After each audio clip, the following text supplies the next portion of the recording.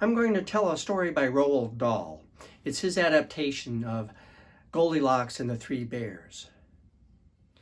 Before I start, there's one phrase in the story that I want to mention, a phrase I was unfamiliar with when I first read the story.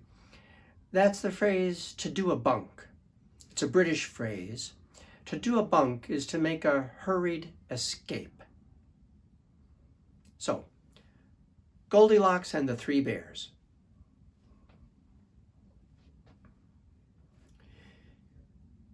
This famous wicked little tale should never have been put on sale.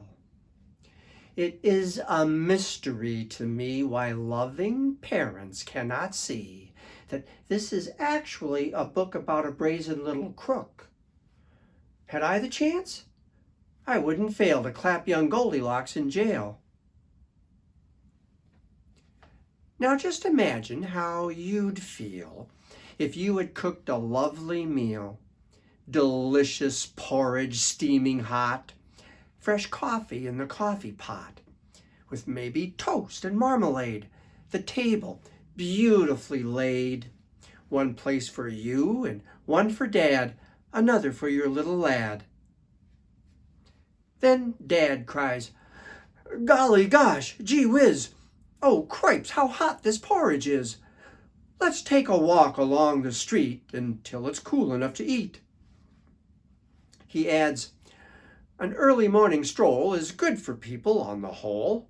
It makes your appetite improve. It also helps your bowels to move." No proper wife would dare to question such a sensible suggestion, above all not at breakfast time, when men are seldom in their prime. No sooner are you down the road than Goldilocks, that little toad, that nosy, thieving little louse, comes sneaking in your empty house. She looks around. She quickly notes 3 bowls brimful of porridge oats, and while still standing on her feet, she grabs a spoon and starts to eat.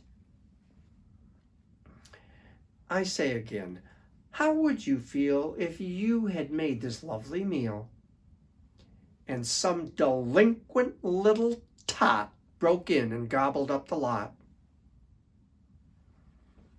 But wait, that's not the worst of it. Now comes the most distressing bit. You are, of course, a house-proud wife, and all your happy married life you have collected lovely things, like gilded cherubs wearing wings, and furniture by Chippendale, bought at some famous auction sale. But your most special valued treasure, the piece that brings you endless pleasure, is one small children's dining chair. Elizabethan, very rare. It is in fact your joy and pride, passed down to you on Grandma's side. But Goldilocks, like many freaks, does not appreciate antiques.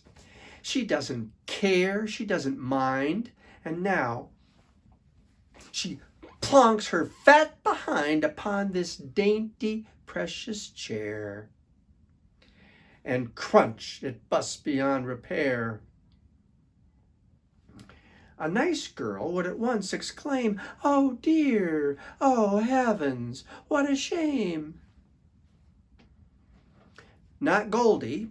She begins to swear. She bellows, "What a lousy chair!" and uses one disgusting word that luckily you haven't heard. I dare not say it, even hint it. Nobody would even print it. You'd think by now this little skunk would have the sense to do a bunk. But no, I very much regret she isn't nearly finished yet. Deciding she would like a rest, she says, Let's see which bed is best. Upstairs she goes and tries all three. Here comes the next catastrophe. Most educated people choose to rid themselves of socks and shoes before they clamber into bed. But Goldie didn't give a shred. Her filthy shoes were thick with grime and mud and mush and slush and slime.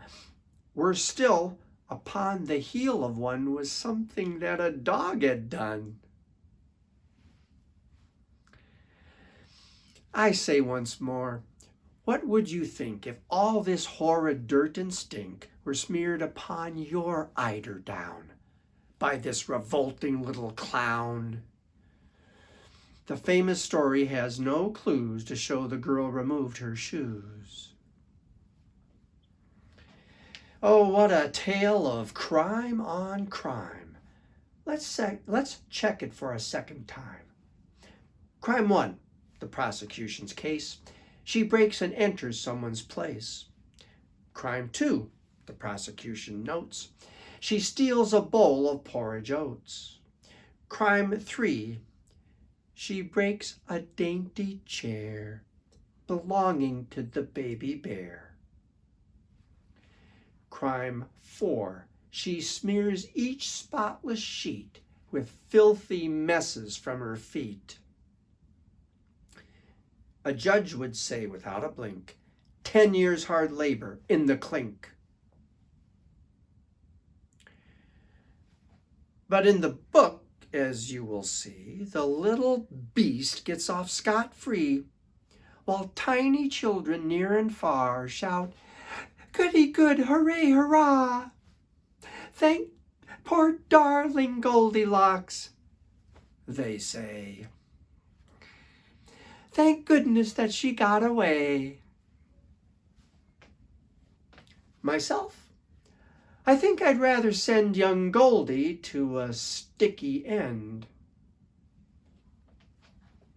"Oh, Daddy," cried the baby bear, "my porridge gone. It isn't fair." "Then go upstairs," the big bear said. "Your porridge is upon your bed. But as it's inside Mademoiselle, you'll have to eat her up as well."